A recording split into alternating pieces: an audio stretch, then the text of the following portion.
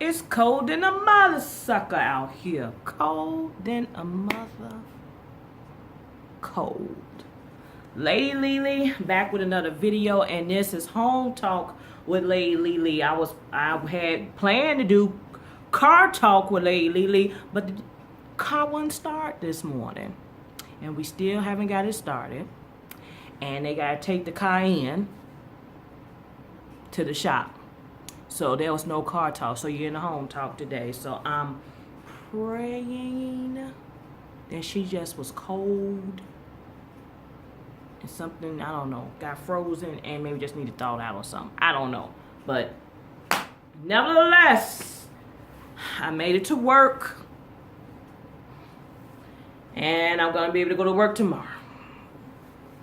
Make ways out of no way. God make ways out of no ways. So anyway, y'all just pray for my car. It's been actually cold, y'all. Like, we're entering another week. This is like week 2 of frigid. It started the day after Christmas, and it's just been crazy cold. And we got a few more days of this, and by Sunday it's up to 30 degrees, which is going to feel like a freaking heat wave. And I think from there on out, it's going to be like high 20s, 30s. Man, that's going to feel warm as all get out, because temperatures like 4, 5, 0, -12. And you know it's cold when people down in parts of Florida talking about it's 34 degrees. One of my sorority sisters who live in Jacksonville was saying it's 34 degrees. And then one of my college classmates, she actually took her family down, to, Orlando to enjoy Disney. They walking around with coats on. So if it's cold down there for coats, you can just imagine what we dealing with here in the Midwest. God bless this weather. And then I just feel sorry for the people who are homeless, because this is just dangerously low temperatures. It's not like in the summertime when it's really hot, then the sun go down and you can cool off. It's cold, and it's more cold. So I'm gonna get off of this, because all we can do is just pray for better days. But what a interesting start for 2018. A lot of people talking about they pipes busted in their house, the pipes busted on their jobs. So people like, yeah. Hello, 2018. How you doing? Anyway, let's move on. Topics of the day. So, Tamar Braxton had invited T.S. Madison and Kaya of the Queen's Court, which have been very popular here on YouTube, to come perform for them. Come perform during her set. Every city Tamar's been going, she's been inviting either local artists or fans or people she knows to come up and join her on stage during her set. She did it here in Chicago. So Vincent sent a limo for T.S. Madison and Kaya. Made sure they had a room, a little dressing standing room, and rolled out the red carpet. But certain members of the group Escape was not in agreement with this particular duet performance during the concerts. It is all fingers are pointed to Candy and Tiny. As you know, Candy and Tiny are good friends with Toya and Reginae. So they feel like that's that Kaya and T.S. Madison has took, an attack on their friend. That's not, that's not words that came out their mouth, but one can assume that, if members of Escape not agreeing to them performing, that's really based on Candy and Tiny. So they were asked to leave, and they gracefully bowed out, and they did not perform. Some people speculate that Tamar invited them to perform so they can keep her names out of their mouths during the Queen's Court.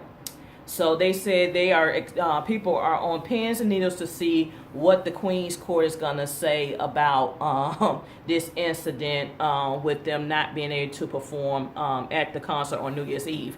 It was held in Atlanta, which Escape, Monica, Tamar got residence in Atlanta. Pretty much all of them have live in Atlanta, so it was just fitting to make the New Year's Eve show in Atlanta. Also, people want to know what's going on because Benson and Tamar was in the same venue at the same time.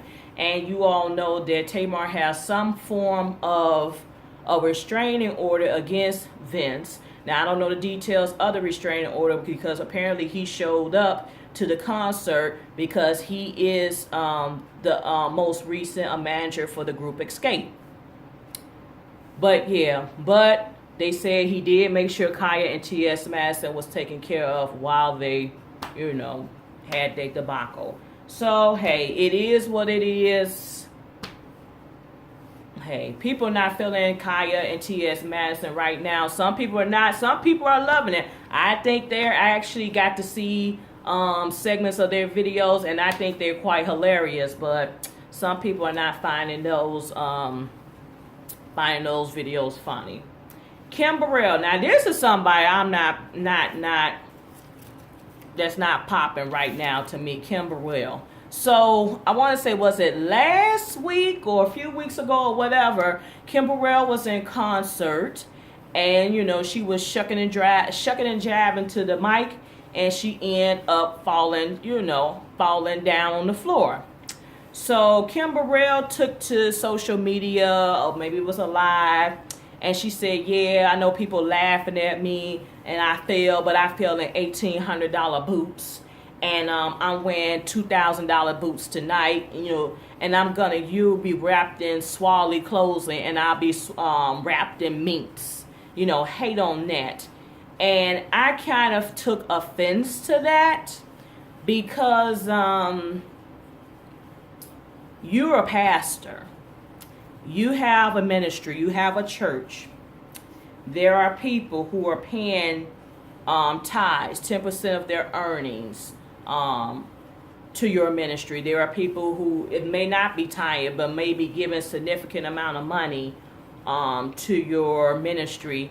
And you're talking about how people are going to be wrapped in Swally clothes, and you wrapped in minks, and we're bragging on $1,800 boots and $2,000 boots. What kind of person of God is that?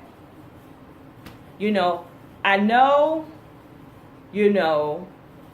that, well-known pastors and preachers tend to live well. They get pastor salary, they write books, they do speaking engagements, they do talk shows, and they do podcasts, and they do radio shows, and they draw in various streams of income based upon the popularity in which Kim Burrell is also a singer and a performer, a composer, and all that good stuff. But my problem is belittling people. You do not belittle people for what they don't have.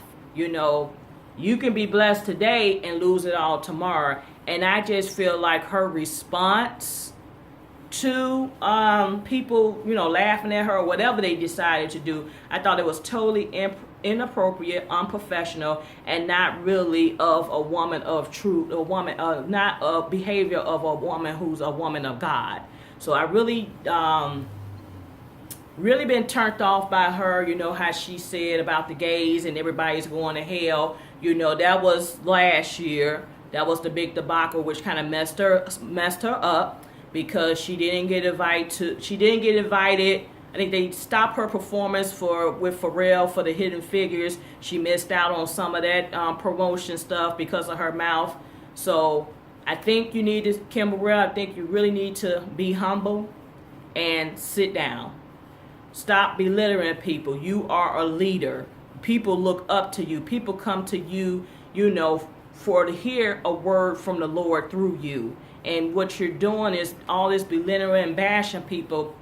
It ain't popping, boo. It's simply not popping. I'm not a fan. And I don't know, it's a video that's surfacing around on social media right now about a woman who was giving a testimony.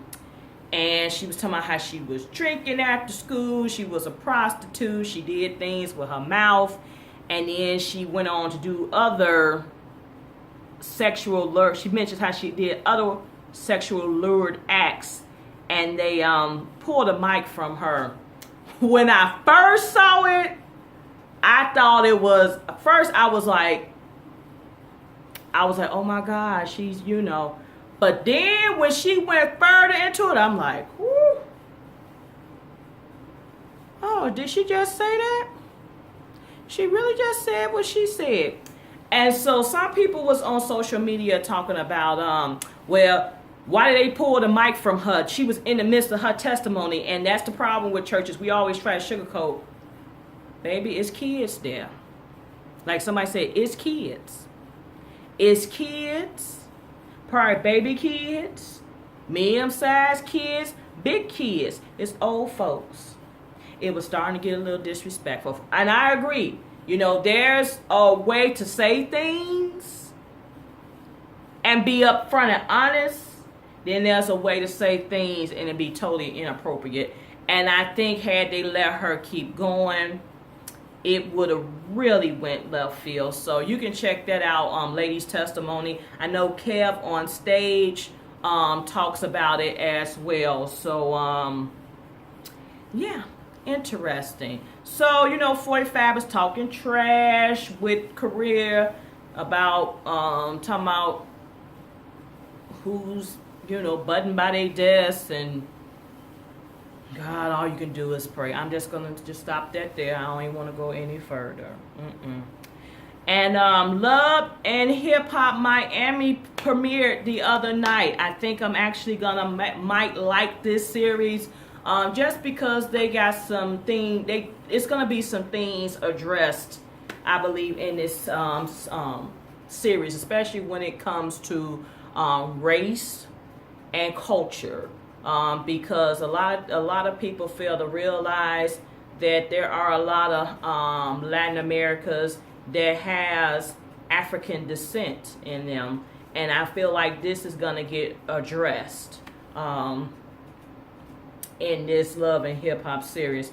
It's nice to see Trina and Trick Daddy. We've been missing them. A lot of people took to social media saying, what's the hell wrong with Trick Daddy? Trick Daddy is diagnosed with lupus. Trick Daddy has also opted to not take known prescribed medications that people with lupus would tend to take. Instead, he's trying to do his own method of remedies and home, things. Some people were saying what happened with his face. His face do look a little disjointed. He got away because he was talking about he was pregnant. He got to get the baby off of him. But yeah, I know a lot of people. I know quite a few people, and I'm not talking about one or two people, but I do know quite a few people that live with lupus. They don't look like Trick Daddy. They don't. They take their medications. They work out. I know this time of year is really not good for them. They don't like it when it's extremely cold. They don't like it when it's extremely hot. But I know they not looking like Trick Daddy because a lot of them are taking more of the formal medications that's been prescribed. A lot of them got nice smooth skin, very in shape, tend to take very care of themselves because of their condition with lupus. So that's going to be nice to watch. I mean, not Trick Daddy's situation, but it's nice to see him and Trina, back in the line. Like, we miss some Trina. We miss Trick Daddy because they was popping. I mean, when they was hot and out, I was in college. So a lot of that, okay, what's up? You don't know Nan? That was all undergrad years. So that's definitely when they were showing Trina perform last night. It was definitely interesting. And then we got to see Pretty Ricky. A lot of them ain't pretty no more. So yeah, some of them ain't looking like the Pretty Ricky. 5 in the morning and now I'm talking phone sex. It It ain't the same. So P is supposed to be dating Shay Bucket Johnson. You know, she been with Scrappy from the Love and Hip Hop Atlanta series. And you know she been with Flavor Flav from the Flavor Flav shows. So we'll see how that go. But she just look kind of rough sometimes. You know, she's a cute girl at times, but she look rough on other times. So yeah, but that is it. That is all. I'm trying to think of something else. I'm just wanting the weather to get better, because it's really slowing. I know coldness slows me down because, yeah, I don't want to go out. It's cold. It's like you only want to go out and do the necessary things. I mean, now the excuse is, oh, I would have stopped by. Ooh, it's too cold. Oh, you know, I was going to go get that. It's too cold. So, and then a lot of the kids go back to school next week. So, yeah, we definitely need the temperatures to get better, because a lot of kids do walk to school around, you know, definitely around here. A lot of the kids around my neighborhood, a lot of kids walk to school. There are some that get rides to school, but there's quite a bit of kids that walk. So yeah, we hope that the temperature is much higher, so that way they can go back and start school and not have to be out here in real frigid temperatures. That is it. That is all. As always, stay tuned for more videos. Like, comment, subscribe, thumbs up. Hit me up on these YouTube streets. Peace.